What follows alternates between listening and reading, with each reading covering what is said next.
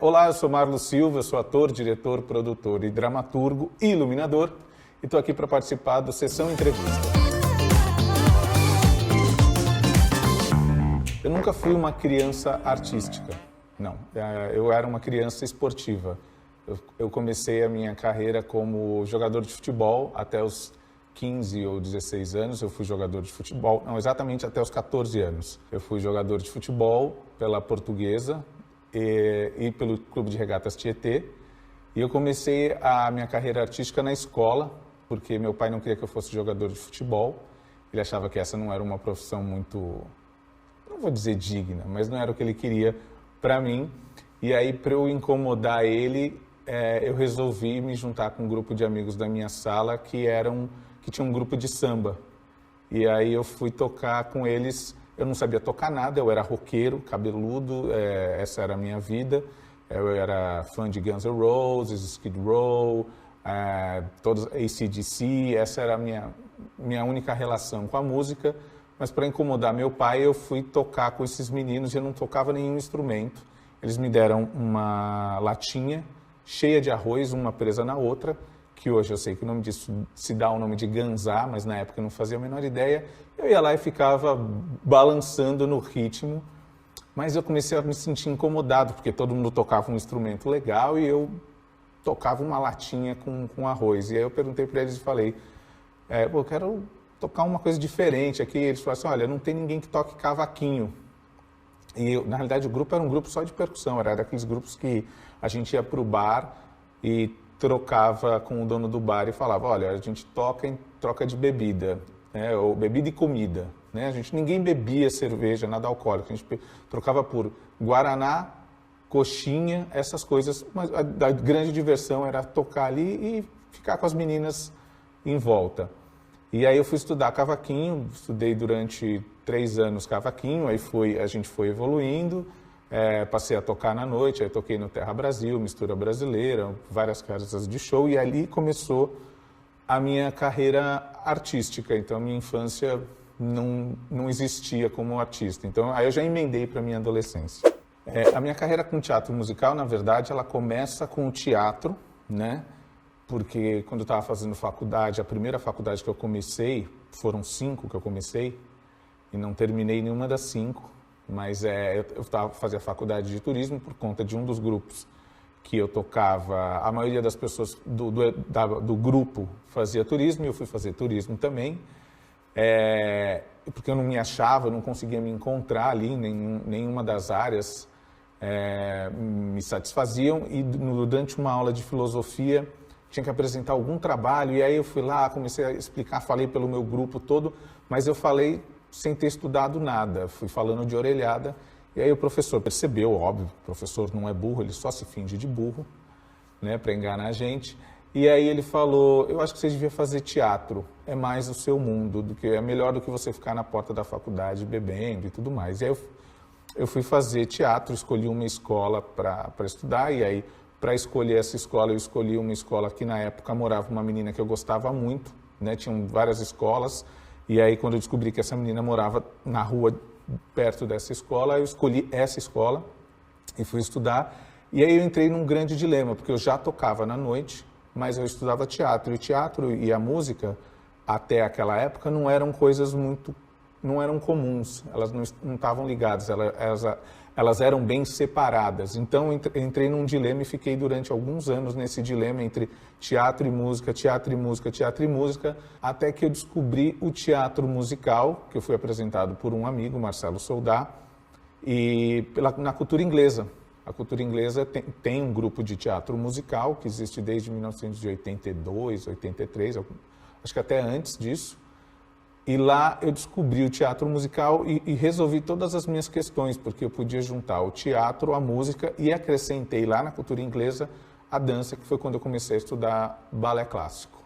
O que me motivou a construir uma carreira voltada ao teatro musical foi porque ali eu encontrei a junção de 2 áreas que me encantavam profundamente, que era o teatro falado e a música, né? A música tem toda a sua potencialidade.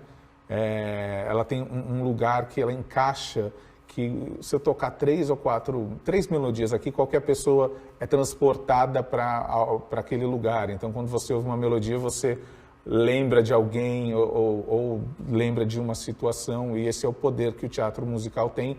Isso me fascinou muito e me fez e pesquisar e entender como contar histórias utilizando a música, não só a música como um underscore ou uma música que passa ali no fundo, mas uma música com a sensação que ela traz junto com o texto, toda essa potencialidade.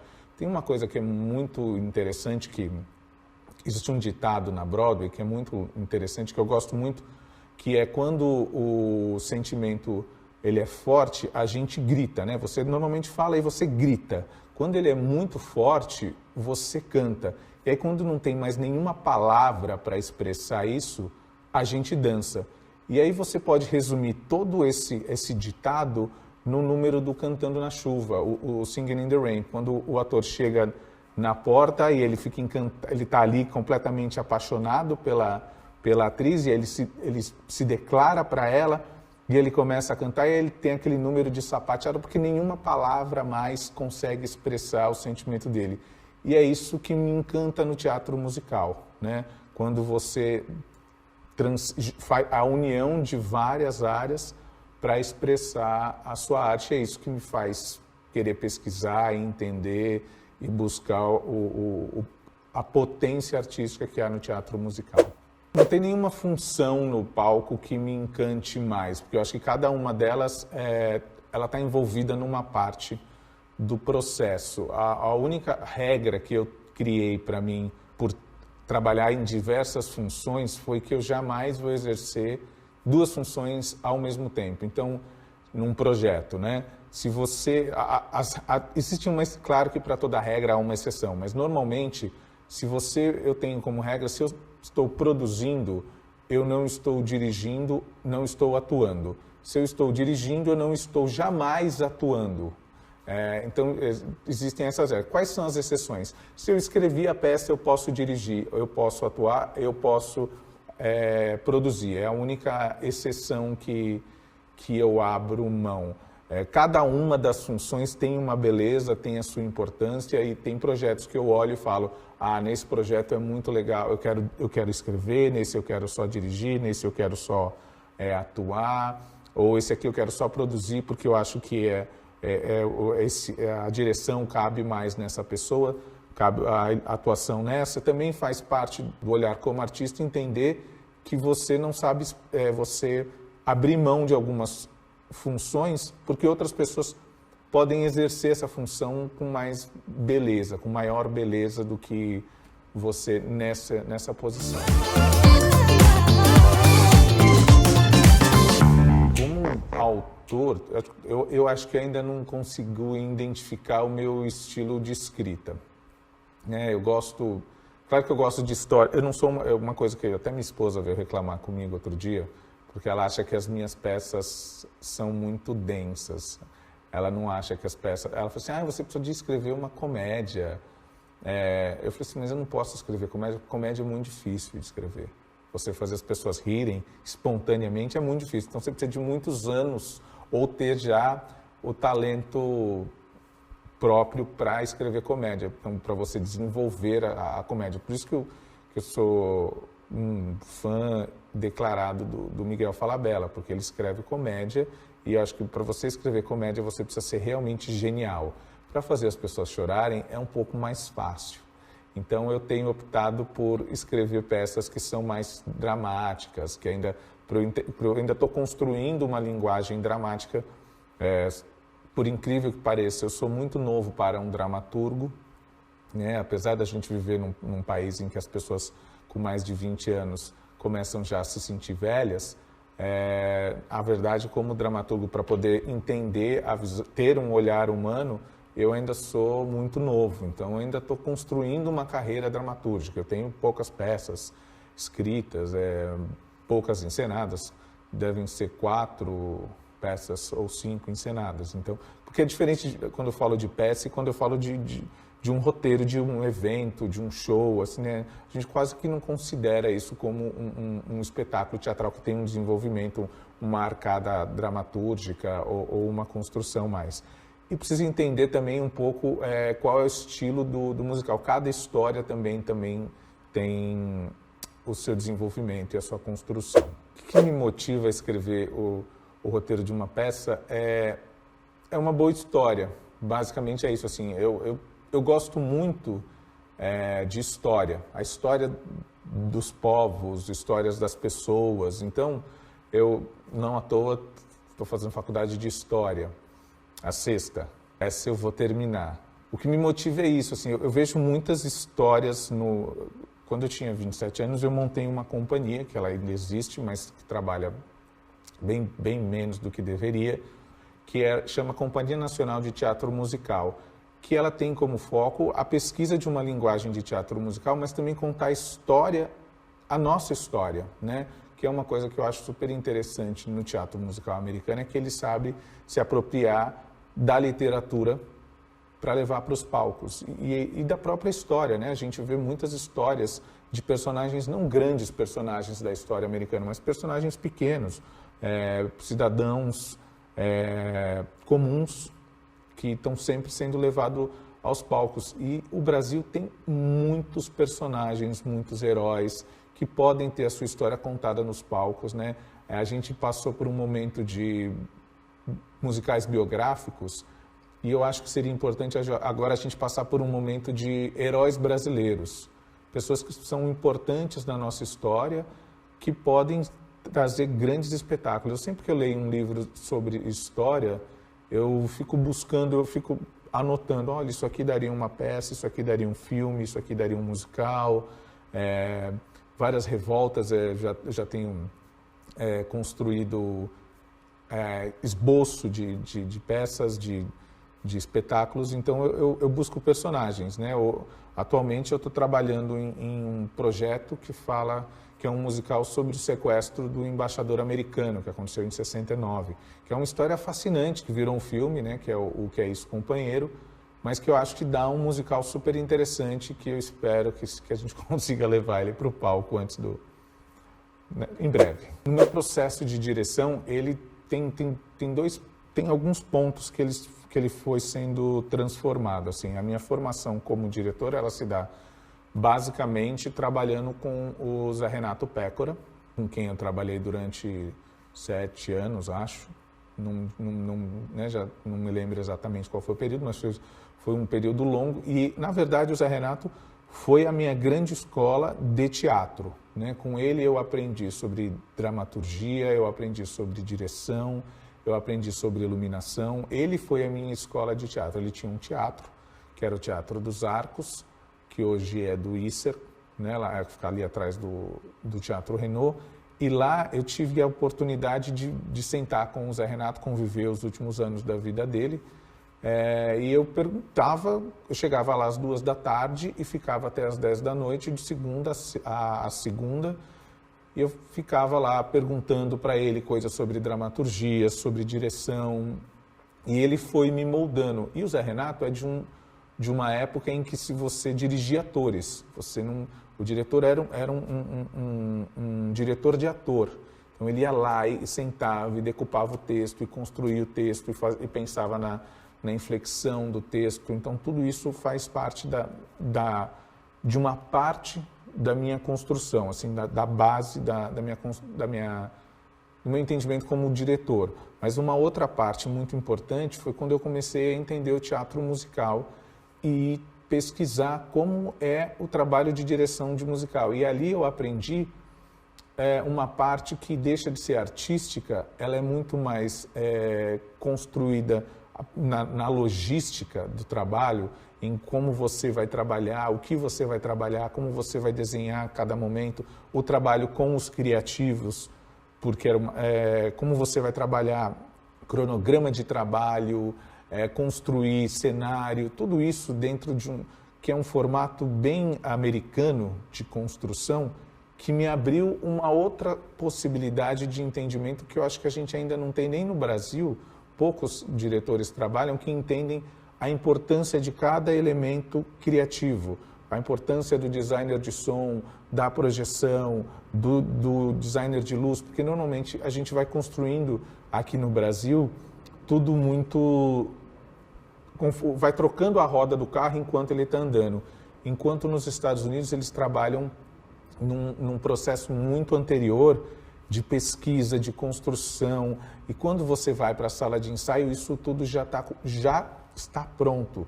E o trabalho do ator fica, inclusive, você como diretor consegue fazer o trabalho do ator mais preciso. Então eu acho que eu tenho essas são os dois pilares da minha construção como diretor. Agora, pensando como uma assinatura da minha direção, eu vou no mesmo caminho da minha assinatura como dramaturgo. Eu ainda sou muito novo para ter uma assinatura, assim, que eu olho e falo assim, isso aqui sou eu dirigindo, esse espetáculo foi dirigido pelo Marlos. Acho que eu não tenho ainda essa assinatura. Diferente, por exemplo, do Rafael Gomes, que a gente acha que ele deve ser um pouco mais novo do que eu, mas que você já consegue enxergar uma assinatura por conta da genialidade do Rafael, ou do Charles, por exemplo, que você olha para um espetáculo e fala, esse espetáculo foi dirigido pelo Charles Miller, ou Jorge Tacla, né? Porque eles são diretores que, primeiro que eles têm uma carreira muito mais consolidada e muito maior que a minha. Então, eu ainda não consigo enxergar uma assinatura do meu trabalho como diretor. O projeto mais especial como produtor que eu fiz na minha carreira foi o prêmio, porque o prêmio Bibi Ferreira, porque ele foi ele é, né, um projeto a longo prazo, ele não tem fim, né? Então e ao mesmo tempo ele pode ser encarado como um projeto muito desafiador, porque ele vai dando continuidade a um processo, ele vai criando uma história. Então, o Prêmio Bibi Ferreira é, sem dúvida, um projeto muito desafiador e, ao mesmo tempo, muito prazeroso. Ele é muito prazeroso porque é muito bom você reconhecer o talento das pessoas. Quando ele foi criado, isso não existia, né? Mas, ao mesmo tempo, quando eu olho para o festival, por exemplo, é um projeto que tem características muito parecidas, que é reconhecer trabalho, dar oportunidade, mas também é um projeto a longo prazo. Eu preciso parar, sim, com esses projetos de longo prazo. Eu preciso fazer projetos mais curtos. Mas acho que o projeto mais desafiador de todos foi fazer o programa pedagógico da escola, da FORACT, que foi o primeiro desses projetos a longo prazo, que envolvia a formação de pessoas. Né, você direcionar o caminho. Então, a partir do caminho que você define, você vai impactar no futuro de outras pessoas. Né? Apesar do programa não ter tido continuidade, ele era um programa que pensava na formação do profissional de teatro musical e aí você formar artistas. Né? Eu espero que em breve a gente possa voltar e ter um programa nesse formato, porque hoje a gente não tem. Isso é extremamente importante para a gente pensar no futuro dos profissionais do teatro musical. A maior dificuldade para o produtor no Brasil é produzir. É levantar recurso, é você encontrar projetos que sejam interessantes, é formar público. Você, como produtor, está sempre brigando. A gente sempre começa do zero, né? Independente de quem é o produtor, quando ele começa um projeto, ele nunca começa de algum lugar e continua, né? Diferente de uma empresa, que a empresa ela começa aqui, quando no dia seguinte você já cresceu um pouquinho. O produtor não, o produtor está sempre começando do zero, então ele começa captando recurso, escolhendo um projeto, entendendo as possibilidades. Isso tudo é muito difícil porque no Brasil a cultura ela é pouquíssimo valorizada, para não dizer nem um pouco valorizada, né? O atual governo federal, ele praticamente pisa na nossa cabeça todos os dias e ri da nossa cara, dificultando o máximo possível. O governo estadual é um morde-a-sopra eterno, e o governo municipal ele está ali olhando tudo para a gente e falar, de vez em quando restam algumas migalhas. Então as pessoas, o próprio governo federal, o governo, né, a união das federações, município, estado e união, não enxergam a potência que é a arte no Brasil e o quanto ela gera de emprego, quais são as possibilidades. Então, quando a sensação que você tem é que você está sempre correndo contra uma tempestade. Então está ali um furacão te empurrando para cá e você tendo que enfrentar esse furacão todos os dias. Essa é a sensação de quem produz. Então é muito difícil conseguir qualquer... por isso que muita gente desiste. Então não existe. Quais são as grandes dificuldades do produtor? Não há uma formação de produtor no país, então você não... As pessoas que trabalham com produção, elas aprendem na raça, vendo outras coisas, então não existe um centro de produção que a gente vai resolver isso, está resolvendo já, em breve vocês vão saber. Não existe suporte do governo e não existe investimento. Então, sem esses três pilares, você não consegue formar bons artistas e não consegue formar e manter o público. Então, fica muito... A junção de tudo isso gera um Capitão Planeta que torna impossível produzir no Brasil.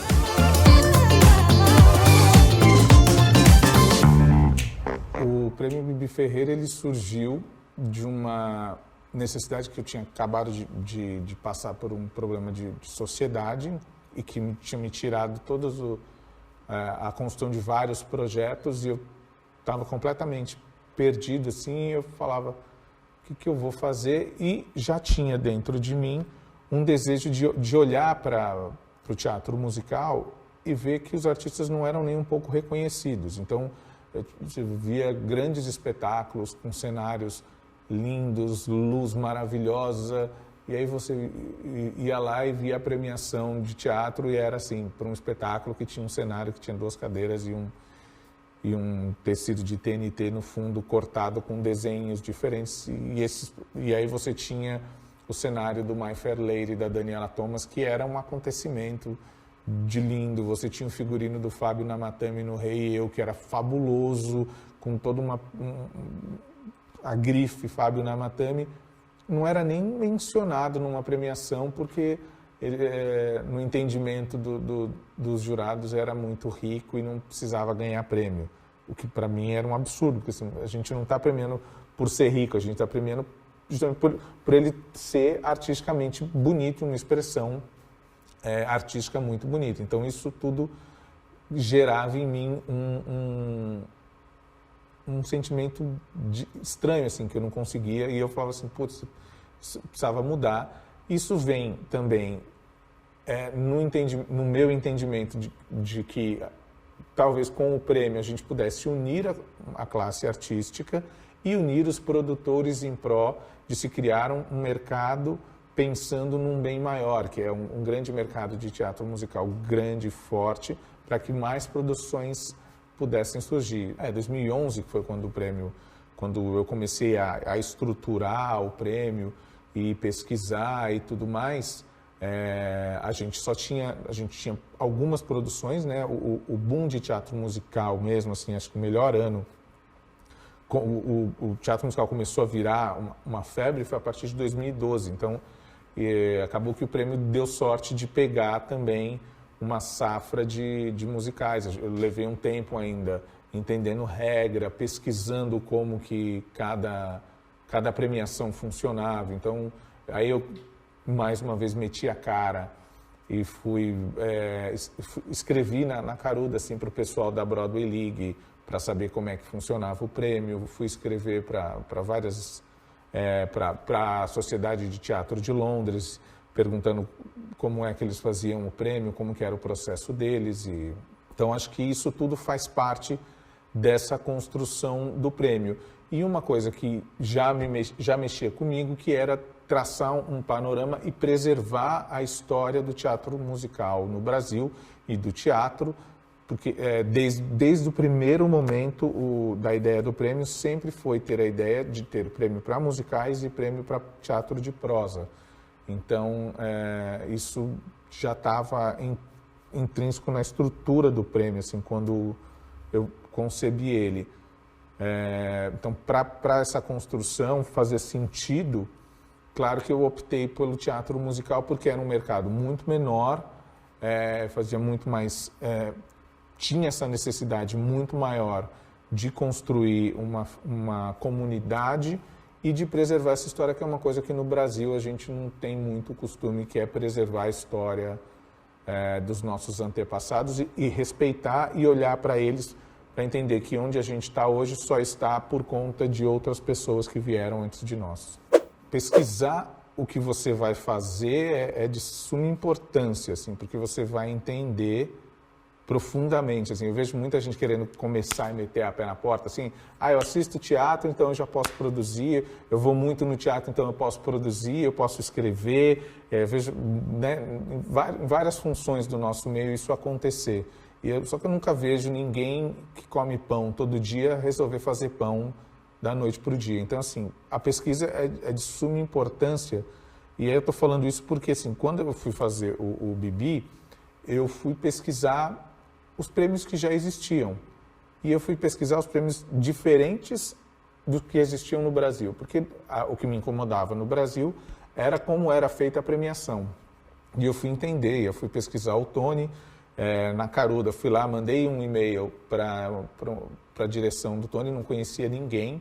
Eu conhecia nos Estados Unidos algumas pessoas que eram do meio, né? Eu conhecia o Schwartz, conhecia o Titus, mas nenhum deles estava ligado à organização do prêmio. Então eu mandei um e-mail para o Schwartz e pedi um e-mail de uma pessoa lá, ele me passou, e na Caruda eu escrevi para ela e falei, olha, a gente vai montar um prêmio no Brasil e eu queria saber como que vocês fazem o Tony.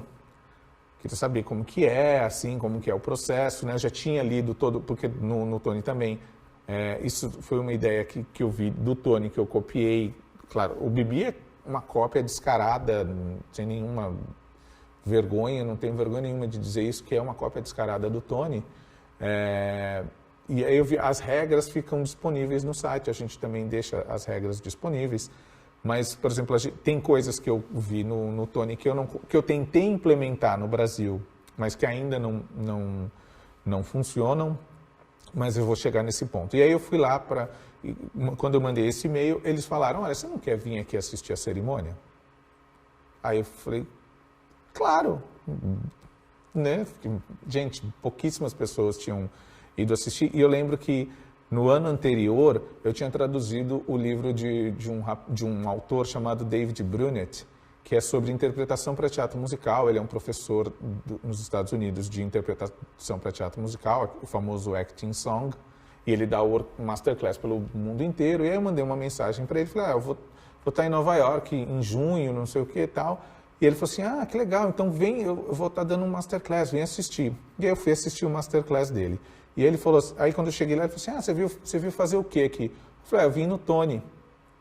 Aí ele olhou assim para mim, como assim você veio no Tony? Eu falei assim, eu vou assistir o Tony. E eu falei achando que era a coisa mais comum, que todos eles assistiam o Tony, que era uma coisa assim, que as pessoas iam aleatoriamente, assim, vai ter o Tony, vai todo mundo, assim, é uma coisa super comum. E ele falou assim para mim, e na sala dele tinham vários artistas, protagonistas de musicais da Broadway, protagonistas de musicais da Europa.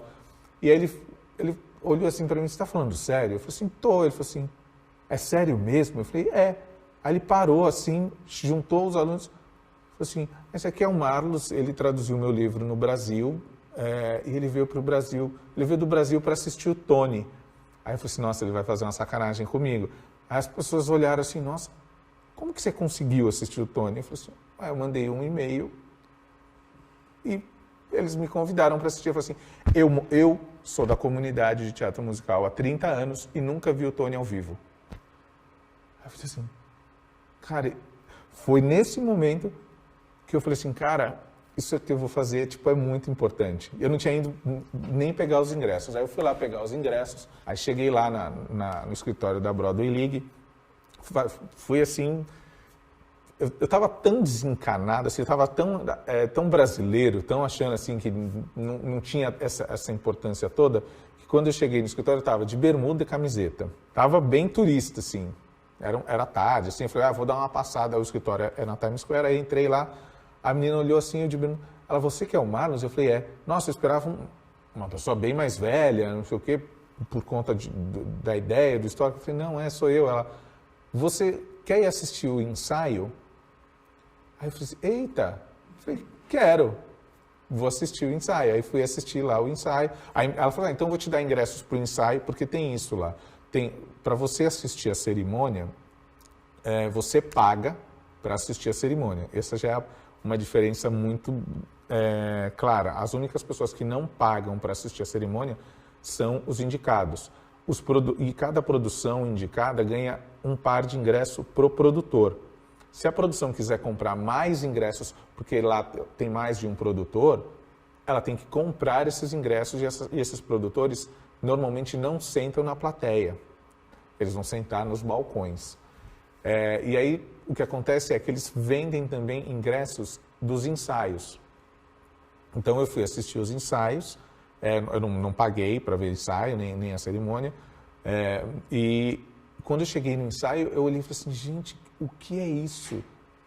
Era um acontecimento, assim, a primeira vez que eu fui foi o ano de 2013, que eu não sei se é uma questão afetiva, mas para mim é a melhor abertura de todos os tempos, que é a abertura do Neil Patrick Harris, que ele faz, que entram vários musicais, aquilo assim.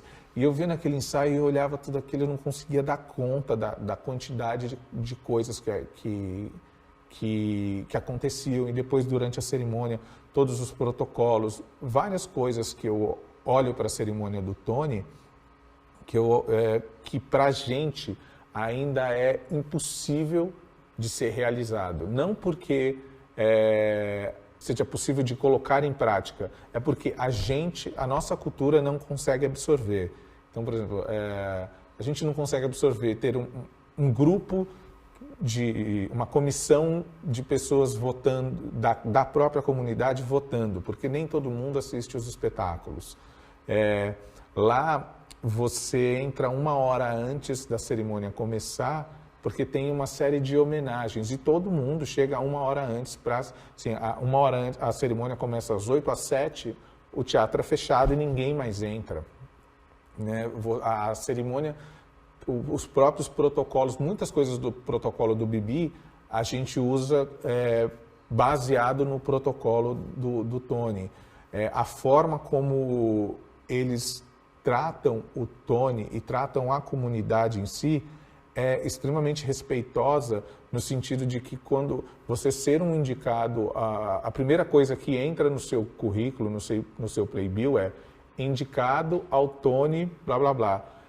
Quando o Paulo Schott foi apresentar o prêmio aqui no Brasil, ele tinha acabado de ganhar o Tony. Ele tinha acabado de ganhar e ele pediu para ser, quando ele fosse anunciado, que fosse anunciado o ganhador do prêmio Tony, porque existe lá uma regra de uso de marcas, de como você deve usar a sua nomeação. E por que isso é importante? Porque isso dá legitimidade para o mercado, isso dá legitimidade para o ator. Então, aqui no Brasil, às vezes as pessoas ganham prêmios e elas nem falam, elas nem colocam no currículo dela, elas não colocam que elas foram indicadas. Ser indicado a um prêmio, independente qual for o prêmio, é de suma importância. São os seus pares olhando para você e falando, o seu trabalho é digno de uma indicação, o seu trabalho se destaca. Então você tem que colocar lá uma seção no seu currículo falando, indicado ao prêmio. Claro que assim, eu fui indicado a diversos prêmios, tudo bem você selecionar o prêmio que é de maior destaque. Eu fui indicado ao Oscar, ok, é o Oscar. Eu fui indicado ao Oscar, ao Emmy e ao Tony. Então você tem um grande prêmio de cinema, um grande prêmio de televisão e um grande prêmio de teatro. Aqui a gente não dá valor a nenhum prêmio. Então isso também... E aí é uma coisa que, com o passar dos anos, a gente quer quer fortalecer com o Bibi. Tem ações que eu não posso botar o pé na porta e falar para as pessoas fazerem, porque vai parecer arrogância da minha parte. Então, a gente tem que deixar com que isso se construa, né? Fazer esse tipo de comparação. Por exemplo, o Tony está na, sei lá, 76, 77, já nem lembro mais que número que está na edição. O Bibi está na 8ª edição. Então, tem uma distância, tem uma história que foi construída muito grande, né? Os fundadores do Tony, nenhum deles está vivo hoje, né? Então, existe também um respeito que eu espero que as próximas gerações olhem para a geração que construiu esse mercado com respeito e admiração, como a gente olha para as próximas gerações, que as pessoas olhem para Saulo Vasconcelos, Chiara Sasso, Sara Sarres, Fred Silveira, Miguel Falabella, olhem para essas pessoas e falem, essas pessoas são grandes, elas são importantes, elas carpiram o mato, eles são bandeirantes. Olhem para o Jorge Tacla e respeitem a história do Jorge Tacla. Olhem para o Billy Bond, que muita gente olha com...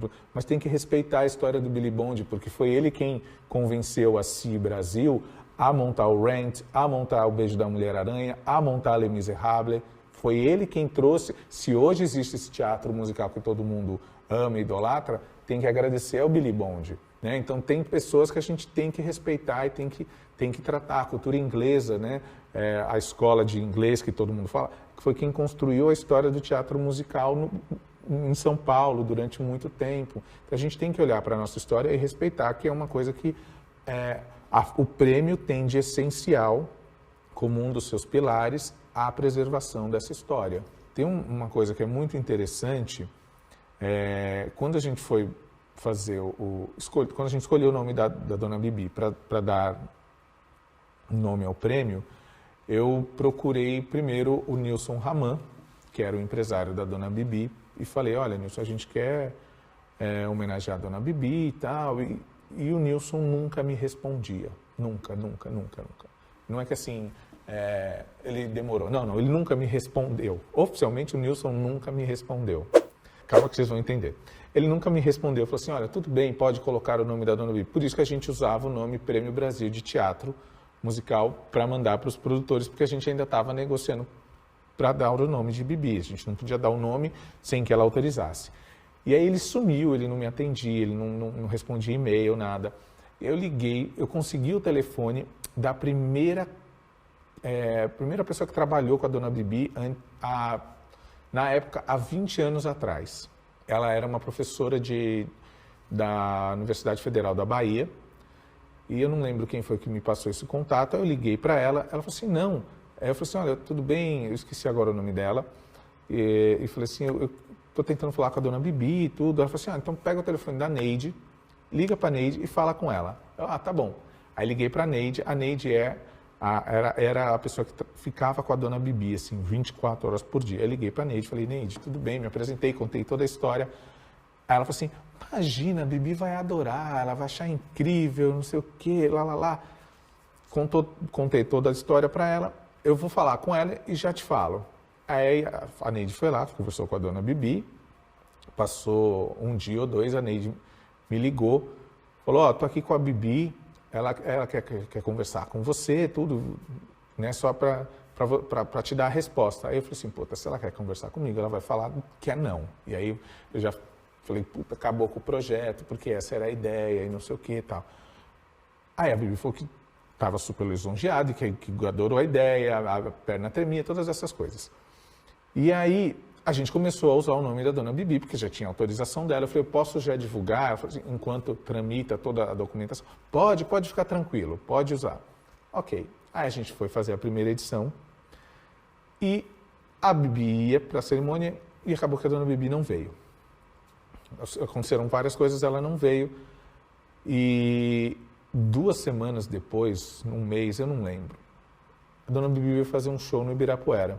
E aí eu fui nesse show, porque o Raman, o Nilson Raman, que era o empresário da Dona Bibi, falou assim, olha, queria que você viesse aqui no show, quero conversar com você.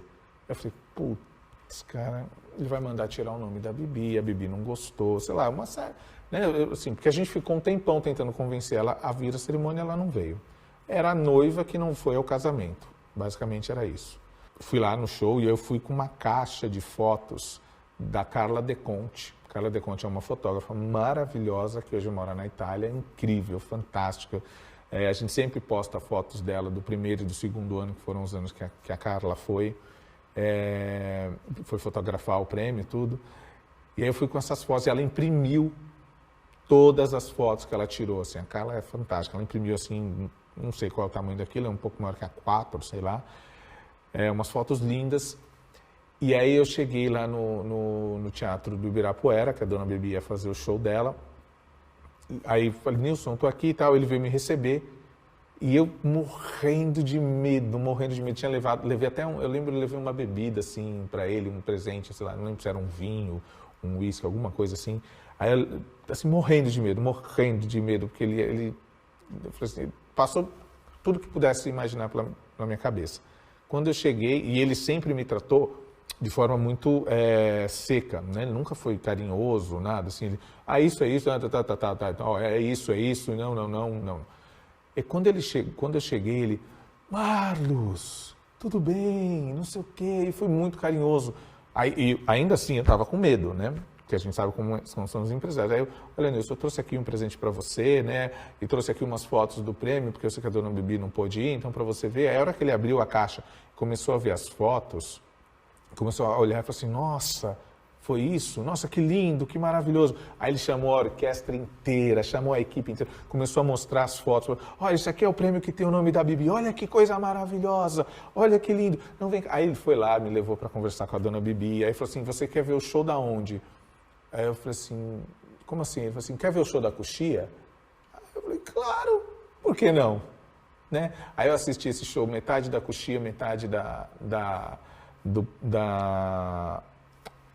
meio das pessoas, e chovendo pra caramba, e eu desesperado, que eu falava assim, nossa, a Dona Bibi nessa show, ela tomando chuva e cantando ali, cantando assim a 100% do mundo, cantando, e eu falava, meu Deus do céu, a mulher tá no meio da chuva, alguém tira ela da chuva. Aí ela pediu desculpa pro público, porque ela não ia fazer o bis. Não é porque ela parou o show no meio, não, veja bem, é porque ela falou que ela não ia fazer o bis, porque naquela época ela já devia ter mais de 90 anos, e ela falou assim, olha, desculpa, eu não vou fazer o bis, e quando ela entrou pro camarim, eu lembro que alguém comentou que ela estava muito revoltada porque não deixaram ela fazer o bis, porque não foi uma decisão dela, uma decisão, acho que da produção ali, e não é que ela estava na chuva, é o Ibirapuera, o fundo, o Teatro do Ibirapuera com fundo aberto, virado para o parque, as pessoas estavam do lado de fora e ela lá na chuva cantando como se estivesse, sei lá, né, cantando lindamente. Aí a gente desceu, conversou com ela um pouco, depois disso todos os shows que a Dona Bibi fez, o Nilson sempre me ligava e eu fui algumas vezes lá conversar com ele, e aí a gente passou a ter o aval do Nilson também, e ele me contou uma história, que foi por que ele não queria que a Dona Bibi desse o nome ao prêmio. Eu contei toda essa história enorme para chegar nesse ponto. Alguns anos antes, acho que uns 10 anos talvez antes, uma pessoa teve a ideia de criar um prêmio Bibi Ferreira, no Rio de Janeiro, mandou fazer uma plotagem de 4 metros de altura, mandou fazer uma medalha que tinha a cara da Bibi, mandou fazer um monte de coisa e não realizou o prêmio. Porque ela não conseguiu patrocínio, porque não conseguiu, por N motivos. E isso causou na Bibi uma frustração enorme. Que ela ficou muito mal, ela ficou muito depressiva. E o Nilson achou que que existia a possibilidade de eu não fazer o prêmio. Então, por conta disso, ele não queria que a Bibi... Ele achou, se esse prêmio não acontecer, isso vai causar mais uma frustração. Então, quer dizer, isso é mais um motivo para eu olhar e falar assim, meu Deus do céu, como é difícil fazer esse prêmio. Porque eu tenho mais, além de todo o histórico, também tem esse peso que eu tenho para mim, que é, eu preciso manter o legado da Dona Bibi vivo. Né, para que as próximas gerações, quando lembrarem da Bibi Ferreira, olharem e falar, essa mulher foi tudo isso mesmo que as pessoas falam que ela foi. Tanto é que ela é o prêmio máximo que um grande artista nesse país pode receber. Não realizar o prêmio por conta da pandemia, na realidade, é um reflexo do impacto que foi a pandemia no mercado cultural. Basicamente é isso. Assim, eu sempre falo que o prêmio nada mais é do que um espelho do que foi o mercado de teatro e musical na cidade de São Paulo. Então, é muito triste, porque se eu não realizo o prêmio é porque a gente não teve peça. Então, é olhar e ficar pensando que todas aquelas pessoas que trabalham com o teatro e com o entorno do teatro estão com as suas vidas paradas, paralisadas. E aí são todos os nossos amigos passando por dificuldades das mais diversas possíveis. Como cada um enfrenta, como que as pessoas estão sobrevivendo, né? Somente os técnicos, as pessoas do entorno, a equipe técnica, bilheteria, pipoqueiro, todas essas pessoas que dependem do teatro também e que não são artistas e que não tem como se virar com lives e afins, porque não estão ligadas diretamente ao público, causa uma aflição muito grande. Então, é olhar, quando a gente não realiza o prêmio, a gente só foi a assinatura final, foi o carimbo final de que a gente não teve teatro, não teve arte, não teve nada. A volta vai ser muito, muito, muito doída, porque a gente perdeu muitos amigos de Coxia, então, e a gente ainda não se deu conta que a gente perdeu tanta gente. Não é que a gente não chorou e não ficou triste, não, a gente chorou e ficou triste, mas a gente não teve o tempo do luto. Então, quando a gente voltar para as Coxias e ver que a gente não vai encontrar determinados amigos, e vai ser muito comum você ver pessoas falando assim, não, vamos chamar fulano para fazer tal função, e aí essa pessoa não vai poder estar lá porque ela não está mais entre nós.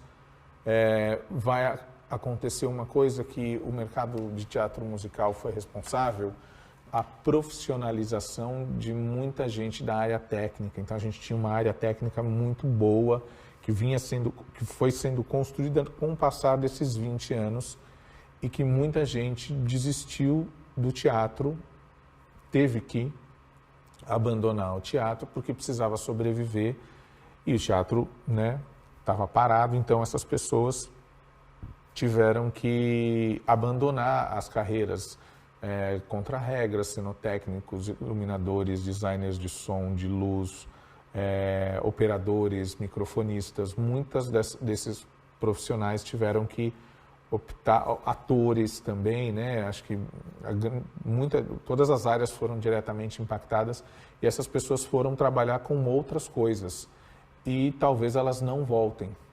Então, o tamanho e o impacto que a pandemia vai causar no mercado de teatro e musical ainda não dá para ser calculado. Talvez a gente vai entender esse impacto daqui 6 meses, 7 meses, porque por mais que todo mundo esteja morrendo de vontade de voltar, nesse primeiro momento ainda a gente vai conseguir voltar, porque tem poucas produções, mas quando o mercado efetivamente voltar à ativa e a gente tiver 6, 7, 8, 10, 50 produções em cartaz simultâneas, e aí a gente vai enxergar que a gente não tem profissional para dar vazão para a quantidade de trabalho, porque eu até entendo que o público quer, mas a gente não vai ter espaço.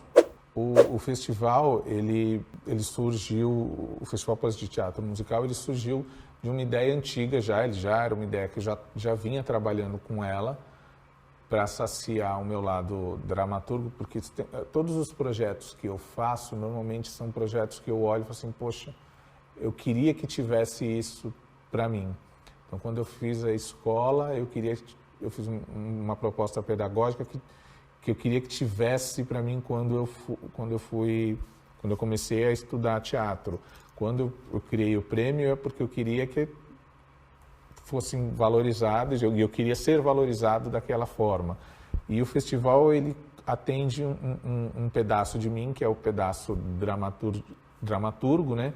Que é ter um espaço para mostrar as obras originais, as obras que eu venho desenvolvendo e tudo mais, mas que eu sei que existem uma série de pessoas que estão trabalhando, tentando construir, e eu sei a dificuldade que é dos dois lados. Eu sei a dificuldade que é para o dramaturgo experimentar o seu texto e tentar achar caminhos e buscar, mas eu sei também a dificuldade do produtor, que é investir numa obra nova sem que ele tenha o olhar para isso, sem que ele entenda, né? A gente gosto de traçar esse paralelo entre Brasil e Estados Unidos, porque assim, um espetáculo nos Estados Unidos, ele segue um caminho, ele passa pelo período de construção, aí ele vai para os workshops, e aí ele pode ir para o off-Broadway, ele vai para o off-Broadway, aí ele vai para o off-Broadway, aí ele vai fazer prévias em outro estado, e aí ele volta, e aí ele vem para Broadway, aí na Broadway ele tem as prévias todas, ele tem um período para decantar o texto, para entender o texto, para entender o cenário, para todo esse processo acontecer. Aqui no Brasil, o processo é muito louco, assim, o produtor te liga e fala, olha, a gente conseguiu o patrocínio e estreia daqui 2 meses. Ah, mas eu não tenho o texto pronto. Aí agora o autor vai escrever, aí agora o compositor vai escrever, e aí a gente vai começar a ensaiar, mas não está tudo pronto. Então, quer dizer, o texto vai chegando, vai tudo chegando, e aí você estreia, está tudo capenga, todo mundo querendo olhar e falar assim, cara, isso não está pronto, pô, por que não... Aí quem está sentado do lado de fora está com um caderninho com todas as coisas que ele acha que não funcionam, sem saber que o processo para construir esse espetáculo foi completamente caótico. Assim, o dramaturgo não teve tempo para construir, o compositor não teve tempo para experimentar as músicas, o elenco não teve tempo para experimentar o texto e sentir o que estava funcionando, o diretor não teve tempo para montar. Então é tudo muito atropelado, né? É trocar o pneu do carro com o carro andando, e do lado de fora todas as pessoas só passando a caneta e avaliando usando um parâmetro como um parâmetro da Broadway, né, de avaliação. O teatro musical brasileiro nunca vai ser igual ao da Broadway. Não, nunca vai ser, porque o processo, nunca não, né, porque a gente não sabe o dia de amanhã, mas se a gente continuar nesse formato atual, em que não há tempo de experimentar e de ajustar e de se criar processos, não vai ser mesmo. Se a gente continuar trabalhando desse formato, não vai ser mesmo, porque a gente precisa de tempo para experimentar. Então, o festival, ele tem como caráter principal dar oportunidade para o dramaturgo e o compositor mostrar sua obra, para que um produtor olhe e enxergue e fale assim, esse espetáculo ele tem potencial.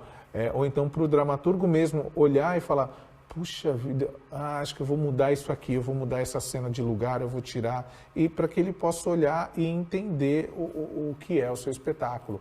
Porque muitos dramaturgos não têm esse olhar, porque eles nem sabem, eles não têm a oportunidade para pensar isso. Então ele olha e fala assim, bom, eu tenho que entregar, então eu vou entregar isso que deu para fazer, e a gente está acostumado a não sentar e escrever e pensar e construir. Então essa é a função primordial do festival. O festival em si, ele era uma ideia que já existia há alguns anos, há muitos e muitos anos mesmo, ele já estava guardado ali.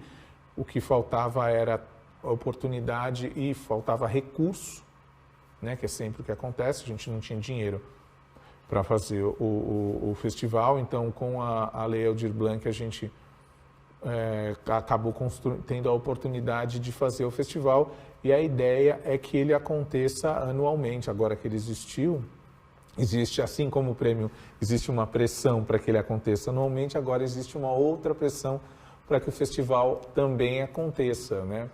Então, vamos sempre tentar, já estamos trabalhando para que ele aconteça no primeiro semestre de 2022. Quando eu olho para o que era antes, que a gente tinha de teatro musical, e olho para hoje, há um crescimento visível, né? A gente tem um número maior de produtores, um número maior de teatros, existe todo um mercado sendo construído. Quando eu comecei, eu não tinha a menor ideia, assim, não fazia ideia. A minha ideia era assim, ir lá para o teatro, fazer a peça, cantar as músicas e me divertir. Eu não fazia não tinha o menor entendimento do que é o teatro musical hoje, né? E a potencialidade que ele gera economicamente para a cidade e o que ele ainda poderia gerar ainda mais se ele recebesse recursos. Então, eu acho que assim, a gente cresceu muito, mas a gente tem um espaço ainda de vida muito maior. Comparando, é como se a gente fosse uma criança de 6 anos de idade que está indo para a escola agora e descobrindo um mundo e que vai aprender a ler, a escrever e que vai descobrir que o mundo é muito maior e que vai depois ir para uma faculdade, vai começar a namorar e descobrir uma série de coisas que estão para vir, assim. Então, acho que a possibilidade que o teatro musical tem hoje é muito grande, principalmente porque tem muita gente no entorno, na parte de trás, de backstage, que pode transformar o mercado de teatro musical. Porque isso que é importante, as pessoas que podem transformar, por mais que a gente olhe para o teatro musical e lembra sempre dos atores, dos cantores, não são eles quem fazem com que o teatro musical seja um grande mercado, um grande segmento. Eles são só o rosto na frente da foto. Quem faz com que aconteça são produtores, são gestores públicos, são as pessoas que estão atrás construindo a possibilidade com que o teatro musical, ou o teatro, ou as artes, são as pessoas que brigam para que tenha espaço, para que tenha... Quando chega para o ator é uma peça muito pequena dentro dessa engrenagem toda, né? Então, por isso que eu acho sempre fascinante a Cláudia Raia, por exemplo, que é uma mulher que senta como produtora e vai atrás, porque ela...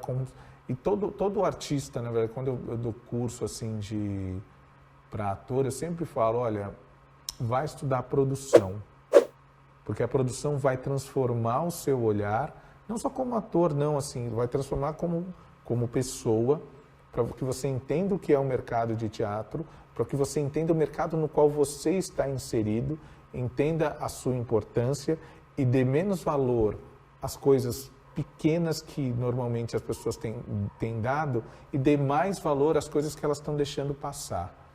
O poder de transformação do artista, ele passa muito pelo que acontece sem que ele saiba, né? Às vezes ele está ali no meio, ele acha que ele é o grande catalisador de tudo isso, que na verdade não. Ele está ali sendo usado como massa de manobra. Então, a possibilidade de um ator realmente ser transformador é quando ele percebe a importância do segmento que ele está presente, do mercado que ele está presente, da importância do entorno, então, da importância de políticas públicas claras, dele saber a importância de se brigar por uma lei de incentivo, de entender a importância de contrapartida, de brigar com o produtor para que o produtor não use a contrapartida de forma equivocada, para brigar que os patrocinadores não deturpem um projeto. Tudo isso está dentro do trabalho do ator. Então, tem muitos dos nossos colegas só acham que ao cantar bem e decorar um texto, ele já está transformando a sociedade. Não, você não está transformando a sociedade. O que transforma a sociedade é uma outra ação que vem muito antes disso. Nossa, meu mundo ideal, um mundo com um teatro cheio, com teatro de graça para todo mundo, mas com todo mundo envolvido trabalhando, recebendo para exercer a função, vários teatros pela cidade, muitas peças acontecendo todos os dias, muita gente empregada, trabalhando, feliz, com plateia cheia e muita coisa original, brasileira, histórias, acho que é isso, assim, não consigo... Todo mundo, basicamente assim, plateia cheia, com teatros lotados, com várias peças, desde os grandes musicais até as peças menores que acontecem em espaços como esse estúdio. Acho que é isso. Olá, queridos. Espero que vocês tenham gostado dessa conversa. Continuem acompanhando o canal. Se inscrevam no canal para acompanhar todos os conteúdos, todos os vídeos. Tem muita coisa legal que já passou e que vai vir. Então, continue aqui. Aproveita que você está aqui agora. Assiste os vídeos que vieram antes. E um beijo para vocês.